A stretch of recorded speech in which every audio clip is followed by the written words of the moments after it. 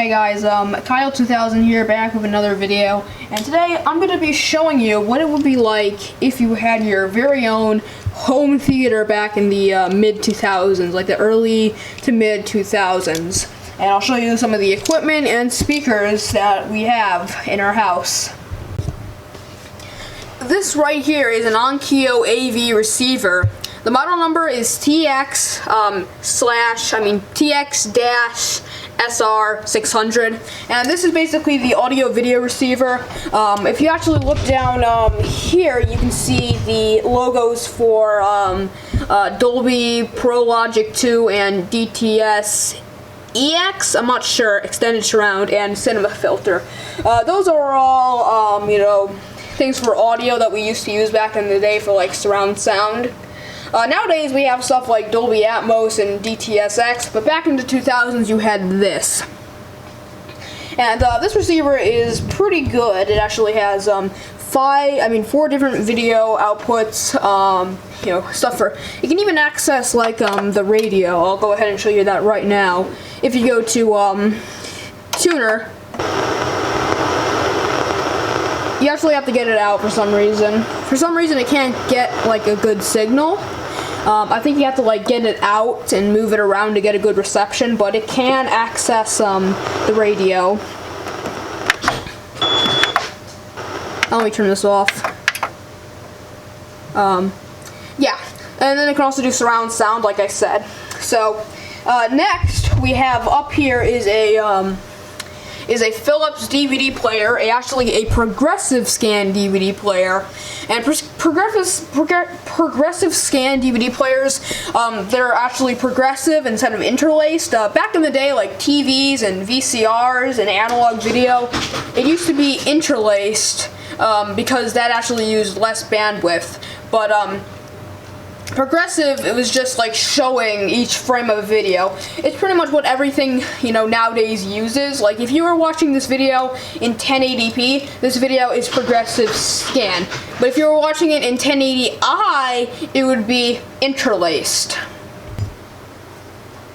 Now this is a DVP 642 DVD video player, and the cool thing about this DVD player is that it can actually play both NTSC and PAL discs. Now if you don't know, NTSC is basically the broadcasting system we use over here in the States. However, PAL is mostly used in Europe, and they're just different formats. This DVD player can work with both NTSC and PAL discs.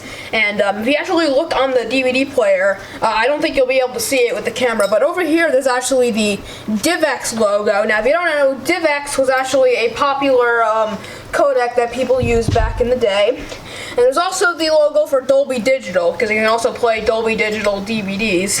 And it can also play CDs and video CDs. So it's a pretty nice DVD player, but just keep in mind it's not a Blu-ray player, it can just play only DVDs.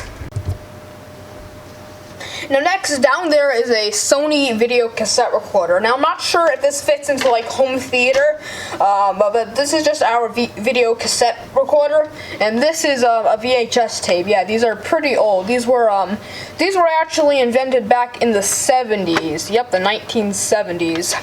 However, DVD actually rose against VHS, and nowadays DVD is, well, it's not really the standard anymore, but back in the 2000s, it used to be the standard for like video, and that's because DVD was digital.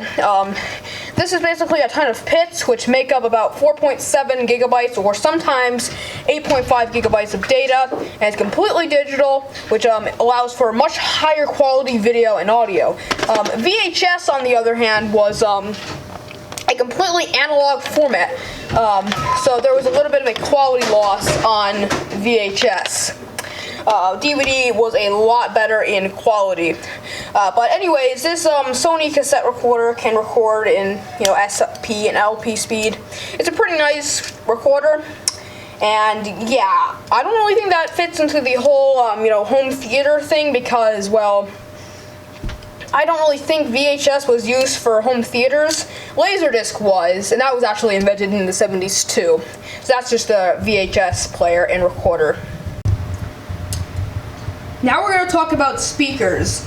Now, we have a 5.1 speaker setup in our house. Now, if you've ever wondered what the .1 stands for and 5.1, surround sound, it's basically the subwoofer. The subwoofer is not counted as its own channel. It's just counted as a .1. So you have 5 main channels and also a subwoofer. If you open up a 5.1, audio file or video in like Windows Explorer, it will actually say 6 channels because it counts the subwoofer as a 6th channel. So here's the center channel. Well, not the center channel, it's the front left speaker. So that's speaker 1. And then down there is the center speaker, down there. And then that's the front right speaker.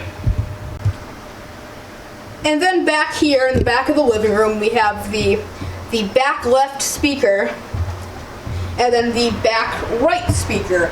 So that's 5 speakers. And this is the subwoofer channel right here. Alright, so now let's talk about why this system is considered obsolete now in 2018. Well, the number one reason why this setup is obsolete is because this receiver can only do analog, video, and audio.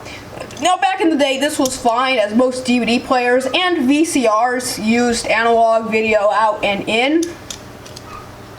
But now everything uses HDMI.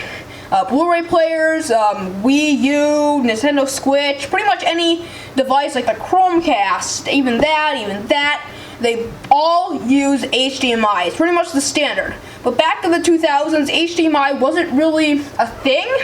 I mean, I think it did exist, but it wasn't really that mainstream at the time. So yeah, so if you want to hook in like a Chromecast, a Wii U or a Nintendo Switch or something, or a Blu-ray player, which people use those for home theaters, you're not going to be able to. You're going to have to convert that to RCA cables or, analog video, which is going to drastically harm image quality. It's going to make the Blu-ray or whatever you're trying to hook in, look horrible on the analog video and audio. The second reason is because, well, this thing only supports Dolby Digital, Dolby Pro Logic, and DTS-ES. It does not support the newer formats like Dolby Atmos, DTS HD, DTS-X, Dolby True HD, all those audio formats. And it only does 5.1 audio. It doesn't do 7.1. And there are probably other small details that, plague this system in 2018, but those are the main 2 reasons. So anyways, that's the video for today. I just wanted to make this video, to be, up to date. I just wanted to make a video for you guys to watch, just a quick video. Expect more videos. I'm going to be doing a review on a phone soon. And yeah, I'm sorry for not being that active. I mean, I've had school and just been caught up with a lot of stuff that kind of prevents me from, editing and producing these videos. But hopefully you guys will enjoy it. And hopefully in summer I'll be able to make a lot more videos. So yeah, goodbye. Have a nice day. Thank you for watching.